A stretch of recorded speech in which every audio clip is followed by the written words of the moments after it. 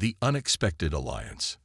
The vast emptiness of space suddenly erupted with brilliant flashes of blue light as the Celestial Guard exploration fleet emerged from subspace. Their 12 vessels gleamed like polished opals against the backdrop of stars, their sleek designs reflecting centuries of peaceful technological advancement. Commander Orion stood on the bridge of the flagship Starseeker, his translucent skin shimmering with bioluminescent patterns that reflected his excitement. After decades of searching, they had finally reached the edge of the Sol system, home to a developing species that had caught the attention of celestial scholars across 3 galaxies. "Commander, all vessels report successful transit," announced First Officer Lyra, her skin pulsing with calm cyan patterns. "Preliminary scans show the third planet is exactly as our long-range observations indicated." Orion nodded, his tall, slender frame moving gracefully as he approached the viewing portal. "Begin passive observation protocols. Remember our prime directive. We study, we learn, but we do not interfere with their natural development." The Celestial Guard had built their civilization on knowledge and peaceful exploration. Their crystalline technology allowed them to traverse the stars without depleting resources or damaging delicate ecosystems. For over 5,000 cycles, they had observed countless worlds, cataloging life forms and cultural developments across the galaxy. Earth was special, though. The humans had progressed from simple tools to rudimentary space travel in less than 10,000 years, an unprecedented rate of advancement that fascinated the Celestials. "Commander," Lyra's voice cut through Orion's thoughts, her skin flashing alarming patterns of red and orange, multiple objects appearing at coordinates 27 to 912. The main view screen filled with a sight that made every Celestial on the bridge freeze in horror. 17 massive vessels had emerged from nowhere, their hulls black as the void between stars and covered with jagged protrusions that resembled the fangs of predatory creatures. Blood-red energy signatures pulsed from weapons ports along their sides. "Drakari hunter ships," Orion whispered, his luminescence dimming with dread. The Drakari were known throughout 3 galaxies as merciless predators. They didn't colonize or trade. They hunted. Sentient species were their preferred prey, with the most technologically advanced civilizations bringing the greatest glory to Drakari hunting clans. "How did they find us?" "We're well outside their normal hunting grounds," Orion said, struggling to maintain composure.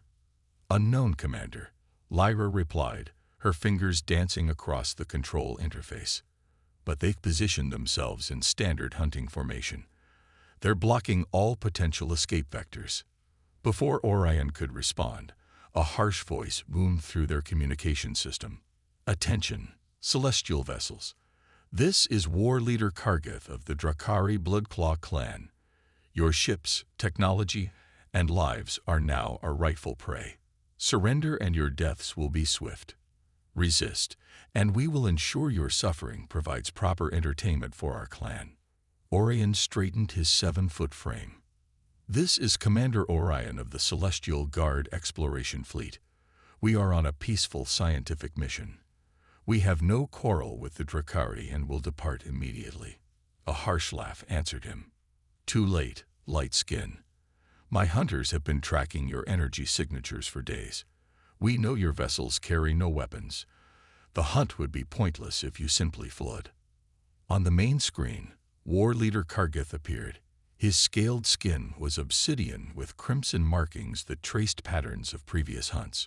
Curved horns protruded from his skull, and his eyes glowed with the same red energy that powered his ship's weapons. "Sir," Lyra whispered urgently, "I'm detecting radio transmissions from the third planet. The humans might be our only hope." Orion considered this quickly. The Celestials had planned to observe Earth from a distance, not make direct contact so soon. But facing the Drakari hunters left them no choice. "Send an emergency signal to Earth," Orion ordered. "Use simple mathematics as a universal language and include visual data of our situation." While Kargath continued his threats, the Celestials transmitted their desperate plea for help. They included translation algorithms, and images of their fleet surrounded by the hunter ships. "Enough talk," Kargith finally growled. "Prepare for boarding. The hunt begins now." The first Drakari vessel moved toward the smallest celestial ship, mechanical claws extended from its hull, ready to tear through the exploration vessel's delicate exterior. "Commander," Lyra called out, "the humans have responded. They've received our message and—" Her eyes widened in disbelief. "They're sending help." One ship approaching at high velocity. Orion could hardly believe it. One ship against 17 Drakari hunters. That's not courage. That's suicide. On the tactical display, a small object appeared, moving from Earth at incredible speed. It was so insignificant that at first, the Drakari didn't even notice it. Their attention focused on capturing the first celestial vessel. "What is that thing?" Lyra asked, studying her readings. "It's using a propulsion system unlike anything in our database, and it's tiny, barely large enough for a crew of 5. As the object grew closer, they could see its unusual design. Unlike the smooth, crystalline celestial ships or the jagged, predatory Drakari vessels, this ship was angular, with sharp lines and practical construction that suggested function over aesthetic. Earth markings were visible on its hull, stark white symbols against matte black material. "Human vessel approaching Drakari hunter fleet at high velocity," reported Lyra. "They're broadcasting on all frequencies." Suddenly, a thunderous sound filled the celestial bridge. It was music, but unlike anything they had heard before, a driving rhythm with powerful instruments and a single human voice shouting what could only be interpreted as a battle cry. The Drakari ships paused their attack. Even they seemed surprised by the small ship's audacious approach and its bizarre, threatening audio broadcast. War leader Kargith's voice returned, now tinged with confusion. "What is that? Identify the new vessel." Orion felt a strange sensation he hadn't experienced before, hope mixed with bewilderment. "That war leader appears to be a human, and I believe they've come to hunt the hunters." The solitary human vessel darted between the massive Drakari ships with impossible agility. Its engines left a bright trail as it weaved through the deadly formation, always staying just beyond the reach of the Drakari's targeting systems. The battle music continued to blast across all communication channels, growing louder with each pass. "Get me communications with that human ship," Orion ordered. Lyra worked quickly, her bioluminescence flickering as she established contact. "Connected, Commander." "Human vessel. This is Commander Orion of the Celestial Guard.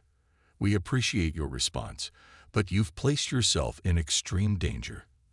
The Drakari are the most feared hunters in the galaxy," the voice answered, clear and confident. "This is Commander Elena Reyes of Earth Defense Force. Hang tight, Commander. I'm just getting their attention." On the main screen, War Leader Kargith's expression shifted from confusion to fury. "Destroy that insignificant vessel," he ordered his fleet. The Drakari hunters turned their weapons toward the human ship. Red energy beams sliced through space, but somehow the small vessel evaded each attack, moving in patterns that seemed to defy the laws of physics. "Impossible," snarled Kargith. "Nothing can move like that." Commander Rice's voice came through again, this time addressing the Drakari directly. "Hey, big and ugly. Is that the best you've got? My rookie pilots have better aim than your entire fleet." Orion turned to Lyra in confusion. Is the human insulting them? Lyra's skin pulsed with intrigued patterns. "I believe they call it psychological warfare. The human is deliberately provoking the Drakari to disrupt their coordination." The strategy appeared effective. The Drakari ships had abandoned their methodical hunting formation and were now firing wildly at the human vessel, missing each time. In their growing rage, they had completely forgotten about the celestial fleet. "Commander," said Lyra suddenly, "I'm detecting a small craft approaching our ship from the human vessel." Orion moved to the viewing port and saw a tiny shuttle heading directly toward the Starseeker. "Open the emergency docking bay." Minutes later, Commander Elena Reyes stepped onto the celestial bridge. The human was shorter than the Celestials, with olive skin and dark hair pulled back tightly. She wore a fitted black uniform with Earth defense insignia and carried a helmet under one arm. Her eyes scanned the bridge quickly, taking in the bioluminescent aliens with a look of fascination rather than fear. "Nice light show," she said with a quick smile. "Now let's get you out of here before those hunters remember you exist." Orion stepped forward. "We appreciate your courage, Commander, but there are 12 ships in our fleet. Your vessel is too small to rescue everyone." Reyes nodded, not planning a full evacuation. "I'm here for you and your top scientists. Earth needs information about these Drakari if we're going to defend ourselves. The rest of your fleet needs to scatter toward the asteroid belt and activate these." She pulled out small devices from a pouch at her belt. "Energy dampeners. They'll mask your ship's signatures long enough for us to develop a better plan. Split up our people." Orion's luminescence dimmed with concern. "The Drakari will hunt them down one by one." "Not if they can't find them," Reyes insisted. "My ship out there is running on autopilot, designed to keep the hunters distracted. We have maybe 15 minutes before they realize they're chasing an empty vessel. We need to move now." Orion made the difficult decision. He sent orders to the other celestial ships to activate the human dampeners and hide among the asteroids. Then he selected his 4 top scientists to join him on Reyes' shuttle. As they prepared to leave, Lyra approached. "Commander, I've been analyzing the Drakari communications. They're calling for reinforcements. Many more hunter ships will arrive within 24 hours. Reyes nodded grimly. "All the more reason to get back to Earth fast. General Park needs to hear what we're up against." The small shuttle detached from the celestial flagship just as the Drakari finally destroyed the empty human vessel. For a moment, the hunters celebrated their victory, not noticing the tiny shuttle slipping away in the opposite direction. "They'll discover we're gone soon," said Orion as they accelerated toward Earth. "Doesn't matter," replied Reyes. "This shuttle has what we call a phantom drive. We'll be approaching Earth before they can track us." The celestial scientists watched in wonder as stars seemed to blur around them. The phantom drive manipulated space in ways their own technology couldn't match. "Why did you come?" asked Orion. "Your world could have ignored our message." The Drakari weren't threatening Earth yet. Reyes' expression grew serious. General Park figured it out immediately. "These hunters don't stop with one prey. If they're in our system, sooner or later they'd come for us too. Better to face them now with allies than alone later." As they approached Earth, Orion saw the blue-green planet that his people had studied from afar for so long. It looked peaceful, beautiful, and completely unprepared for what was coming. "Can your people really stand against the Drakari?" Orion asked quietly. "Their technology is centuries ahead of yours." Reyes smiled, but there was something fierce in her expression. "Technology isn't everything, Commander. Humans have something the Drakari might not understand." "What's that?" "We know what it's like to be both predator and prey. For most of our history, we were hunted by creatures bigger and stronger than ourselves. We survived by outthinking them. Then we became the hunters." Reyes looked out at the stars. "These Drakari think they're the apex predators of the galaxy. They're about to learn they're wrong." Turning the tide, the shuttle descended through Earth's atmosphere, heading toward a hidden facility buried deep in the mountains of what Reyes called the Himalayas. As they approached, massive camouflage doors slid open in the mountainside, revealing a hangar large enough to house dozens of vessels. On the communication screen, an older human appeared, her weathered face showing both relief and tension. "Welcome back, Commander Reyes. I see you've brought guests." "Mission successful, General Park," Reyes replied. "This is Commander Orion of the Celestial Guard and his scientific team. They have detailed information on Drakari technology and behavior." General Park nodded curtly. "Welcome to Earth, Commander Orion. I wish it were under better circumstances.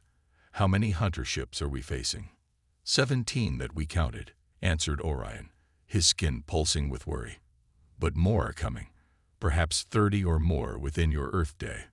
Then we have work to do, Park stated. Commander Rice, bring our guests to the war room immediately. As the shuttle landed, Orion felt both fear and curiosity overwhelming him. The Celestials had always chosen avoidance over confrontation, preferring to retreat from threats rather than engage them. These humans, barely spacefaring by galactic standards, were preparing to face an enemy that had terrorized advanced civilizations for millennia.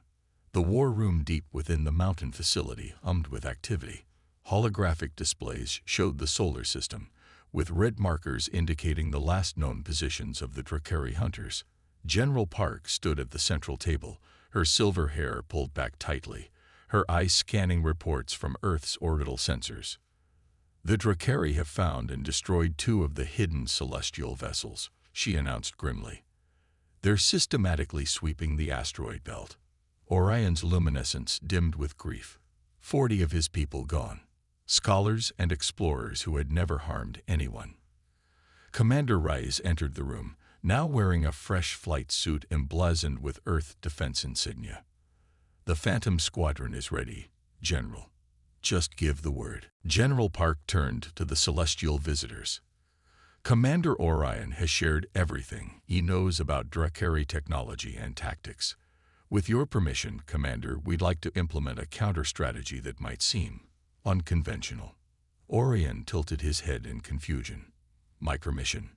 You're the ones with the plan. And they're your people who will be at risk. Perhaps, Park replied. But it's your people who are currently being hunted. What we're proposing isn't without danger, and if it fails, the Drakari might become even more aggressive toward the remaining celestial ships. This was not how things worked in Orion's experience. Most species didn't ask for permission when they held all the power. These humans were strange indeed. What do you propose? Asked Orion. Commander Rice stepped forward, activating a holographic tactical display. The Drakari hunt like pack predators from your records. They surround, isolate, and eliminate their prey using overwhelming force. But what happens when the prey doesn't act like prey? She smiled, and Orion noticed the same fierceness he'd seen before. What happens when the prey hunts back? 12 hours later, Commander Rice sat in the cockpit of her Phantom-class fighter, leading a squadron of 20 similar craft toward the asteroid belt, where the Drakari continued their methodical hunting of the celestial ships. General Park's voice came through her communication system. Remember the plan, Commander. This is not a direct engagement. We need to split their forces and lead them into our trap. Understood, General. Rice responded. Phantom Squadron is ready. Operation Mongoose begins now. The 20 human vessels activated their stealth systems and separated, each targeting a different Drakari hunter ship. Meanwhile, on Earth, Orion and his scientists worked with human engineers, rapidly adapting celestial communication technology to human specifications. I still don't understand, Orion said to the human engineer beside him. Your vessels are significantly outmatched. Even with your phantom drive technology, you cannot hope to defeat the Drakari in direct combat. Dr. Lang, the lead engineer, smiled as she calibrated the modified communication array. We don't intend to defeat them through superior firepower, Commander. We're going to defeat them by being unpredictable. In space, Commander Rice positioned her fighter directly behind a massive Drakari hunter ship. The Drakari, entirely focused on tracking down the hiding Celestials, had no idea they themselves were being stalked. All Phantoms in position, Rice confirmed. Execute Phase 1.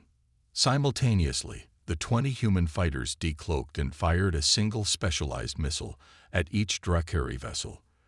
The missiles didn't contain explosives. They contained something the Drakari would find far more disruptive. The moment the missiles impacted the Drakari hulls, they released powerful electromagnetic pulses calibrated to the specific frequency of Drakari communication systems. Instead of destroying the ships, the pulses filled their internal communications with a chaotic mixture of sounds, human battle music, distorted Drakari voices, and carefully crafted false commands. War leader Kargith roared with fury as his command center erupted with noise. "What is this? Clear the communication channels immediately." Unable to comply, War leader, his second-in-command, responded. "The interference is embedded in our systems, and the other ships are reporting the same issue. Find the source," Kargith demanded. Before his crew could respond, a new voice cut through the cacophony. Commander Rise, broadcasting directly into the Drakari command center. "Attention, Drakari hunters. This is Commander Elena Rise of Earth. You came to our system looking for prey. Instead, you found predators. I'm giving you one chance to leave peacefully.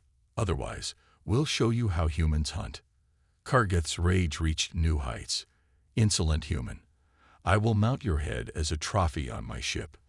"I was hoping you'd say that," Rise replied calmly. "Let the real hunt begin." The 20 human fighters suddenly accelerated away from the Drakari ships, each heading in a different direction. As Rise had predicted, the Drakari hunters immediately gave chase, breaking their tight formation to pursue what they saw as easy individual kills.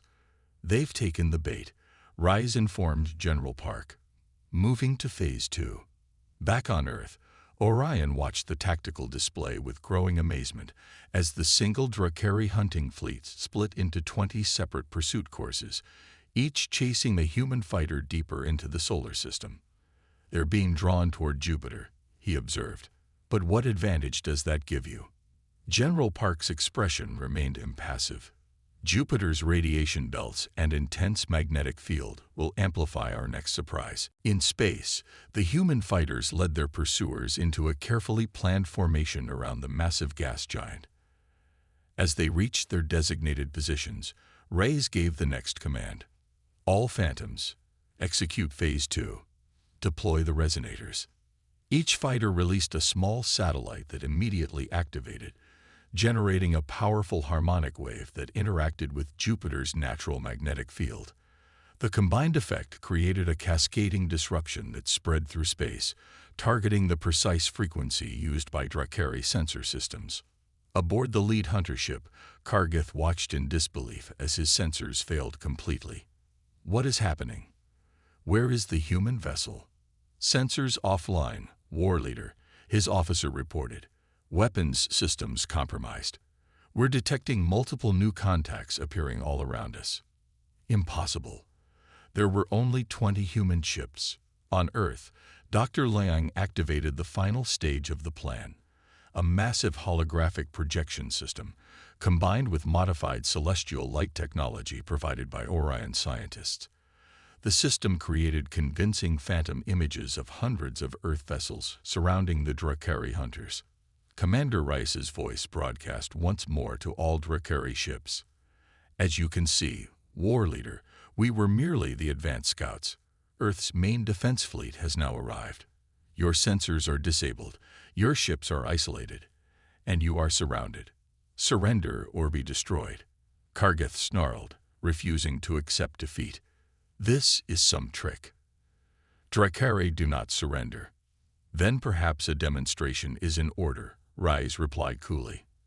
At her command, the 20 Phantom fighters simultaneously fired specialized weapons, not at the Drakari ships, but at carefully calculated points in space around them.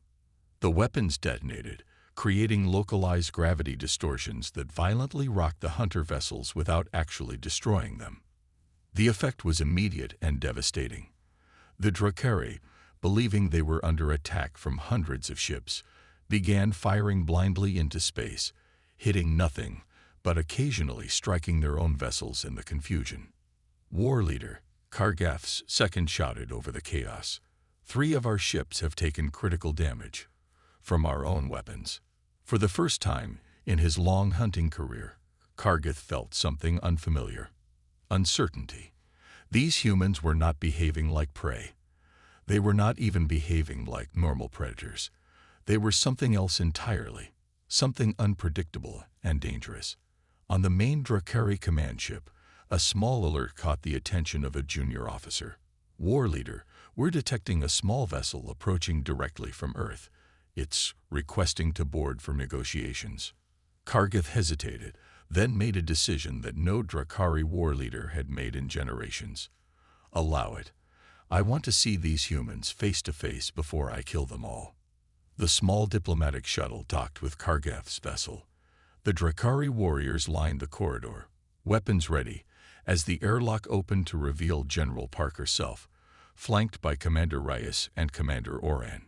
Kargath towered over the humans, his massive frame radiating menace. You have courage, humans, coming here unarmed. General Park looked up at him calmly. Who said we're unarmed, war leader? Your sensors are still compromised.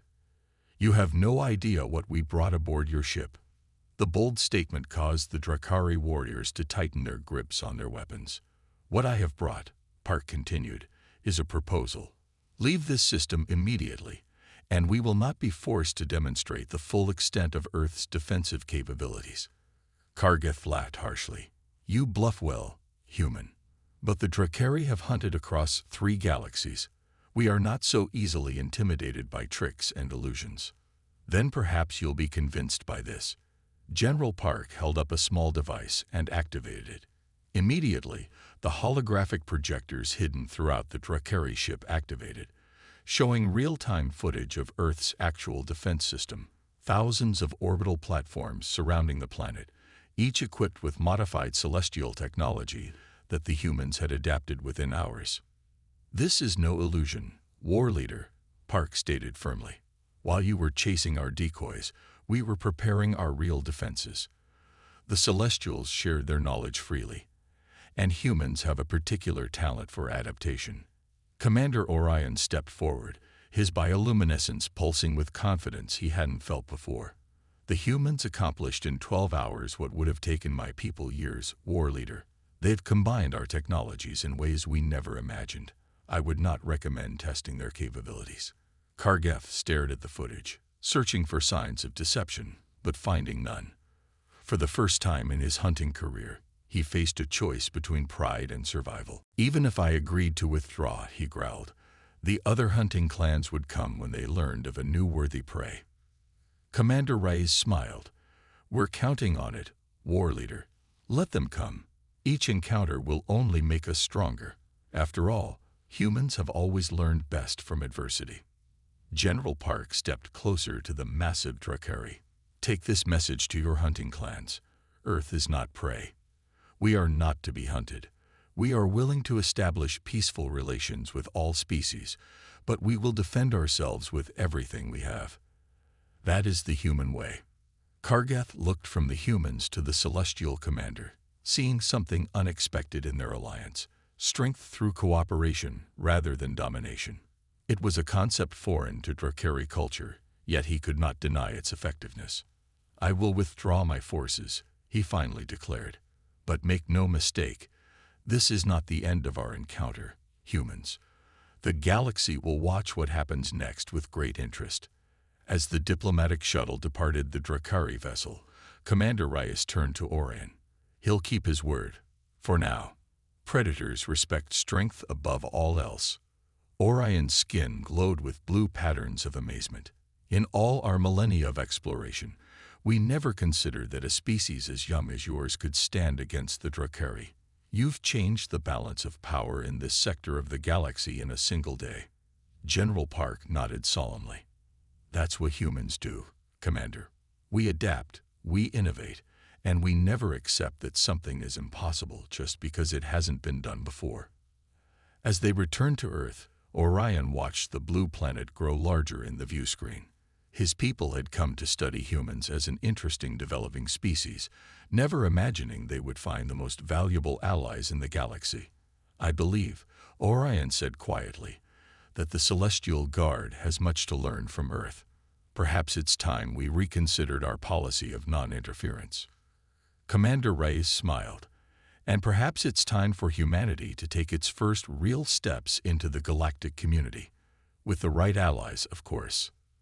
The Drakari fleet departed the Sol system the next day, leaving behind a transformed situation. Where once there had been hunters and prey, now there was the beginning of something new. An alliance between the wisdom of the Celestials and the indomitable spirit of humanity. And throughout the galaxy, word began to spread of the small blue planet where the hunters became the hunted.